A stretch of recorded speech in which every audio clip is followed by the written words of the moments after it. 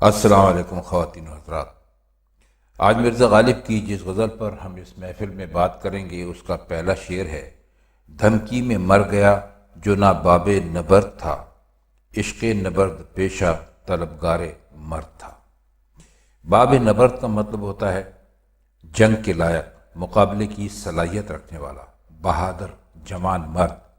نبرد پیشہ جنگجو سپاہی، جس کا پیشہ ہی جنگ کرنا ہو۔ جو شخص بہادر اور مرد میدان نہیں تھا وہ عشق کی سختیوں اور مصیبتوں کا سیلاب دیکھ کر، اس کا صرف خطرہ دیکھ کر ہمت ہار بیٹھا۔ عشق کا پیشہ ہی جنگ ہے۔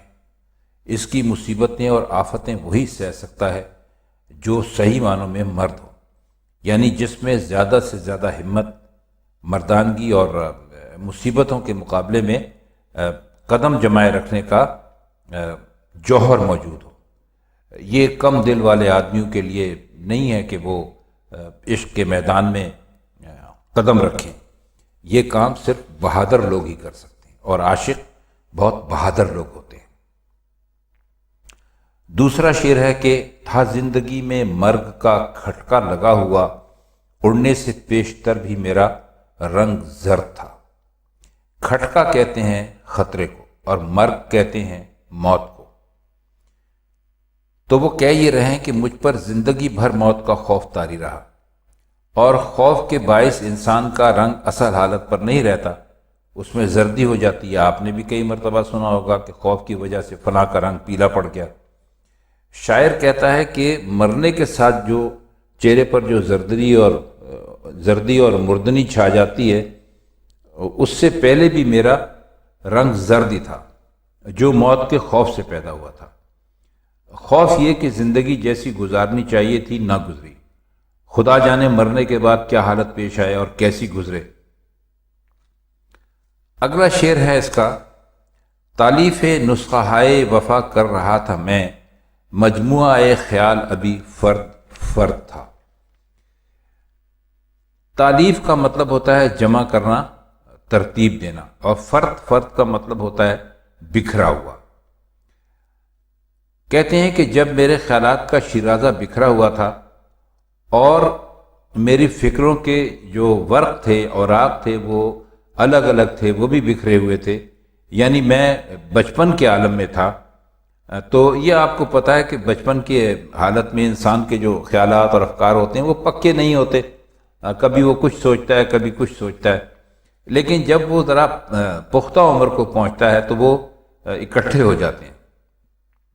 تو کہتے ہیں کہ میں تو ابھی، یعنی جب میں نے عشق کیا تو میں اس زمانے میں بھی وفا کی کتابیں مرتب کر رہا تھا، یعنی مجھے بچپن ہی سے عشق سے دلچسپی تھی، اور اس زمانے میں بھی میں بالکل جو پکی اور بڑی عمر کے عاشق ہوتے ہیں انہی کی طرح کا عشق کرنے میں ماہر تھا۔ شعر ہے کہ دلتا جگر کے ساحل دریائے خون ہے اب، دلتا جگر کے ساحل دریائے خون ہے اب، اس راہ گزر میں جلوائے گل آگے گرد تھا۔ اس میں گرد تھا کا مطلب ہے کہ بے حقیقت تھا، ہیچ تھا، میری کوئی قیمت نہیں تھی۔ اور دریائے خون کا مطلب ہے خون کا دریا۔ ساحل دریائے خون کا مطلب ہوگا خون کے دریا کے کنارے۔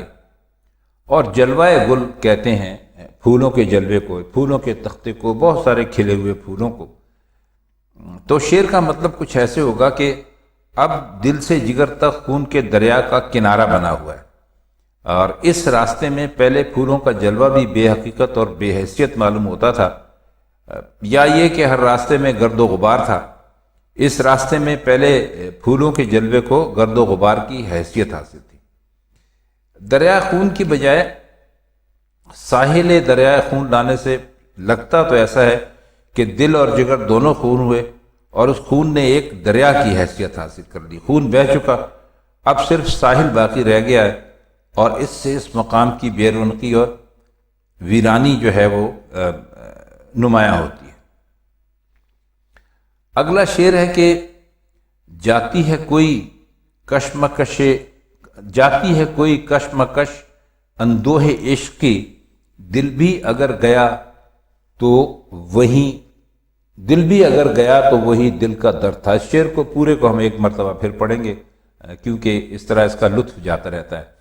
جاتی ہے کوئی کشمکش اندوہ عشق کی دل بھی اگر گیا تو وہی دل کا درد تھا۔ کشمکش کا مطلب آپ جانتے ہیں،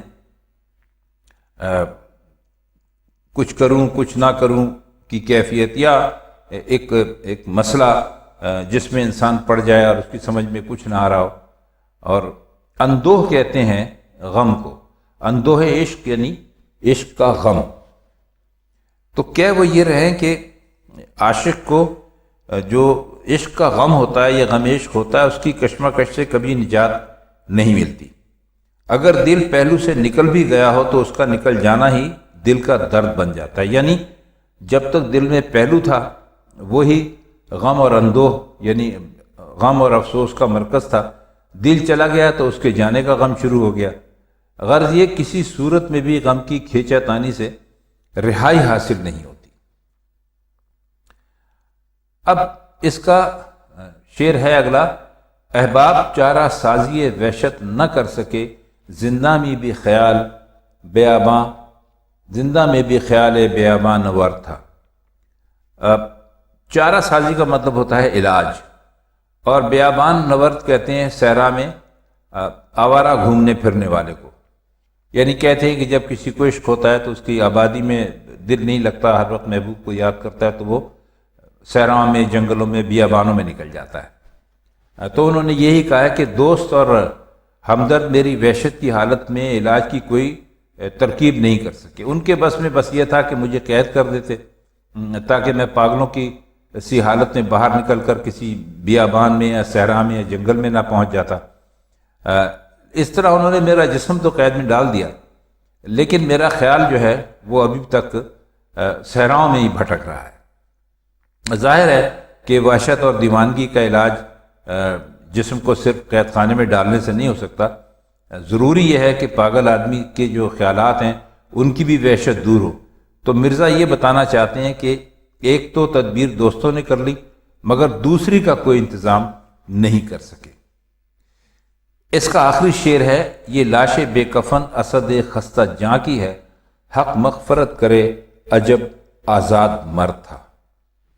ناش کہتے ہیں لاش کو، اور اسد خستہ جاں یعنی خستگی کی حالت میں، غربت کی حالت میں رہنے والے اسد کی۔ یہ اس زمانے کا شعر ہے جب مرزا اسد اللہ خان اپنا خطاب غالب نہیں کرتے تھے، تو یہ اس زمانے کا شعر ہے۔ حق مغفرت کرے کا مطلب ہے کہ اللہ بخشے ان کو۔ تو یہ کہتے ہیں کہ یہ لاش جسے کفن بھی نصیب نہیں ہوا اسد کی ہے، پریشان حال تھا اور اس کی جان زخموں سے چور تھی، اللہ تعالیٰ اسے بخشے، وہ بڑا آزاد انسان تھا۔ تو خواتین حضرات، یہ تھی آج کی غزل، اس کے کچھ مشکل الفاظ کی معنی اور شعروں کا مطلب۔ تو اب آپ سے ملاقات ہوتی ہے غالب کی کسی اور غزل میں، کسی اور پروگرام میں، تب تک کے لیے ہم آپ سے چاہتے ہیں اجازت۔ خدا حافظ۔